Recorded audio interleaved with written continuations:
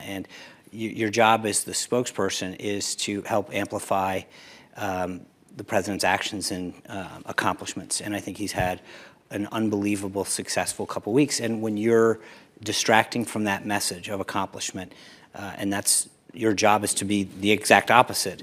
On a professional level, it's disappointing because I think I've let the president down. And so on both a personal level and a professional level, that would definitely go down as not a very good day in my history. I think the advent of social media, and I know Ari's talked about this a lot, Dana Perino's talked about this, the most recent Republican press secretaries that sort of were at the advent of this on the Republican side, that there is an element of being first and trying to get things into the ether on social media, et cetera, that has really changed the dynamic by which that room and the relationship exists. The president tweeting. I mean, he says he's going to continue to tweet, and I imagine it complicates your job somewhat. Well, I think that's the default narrative, but I also think that when you realize that he has an ability through all the channels that he has, well over 100 million people that he can reach out to.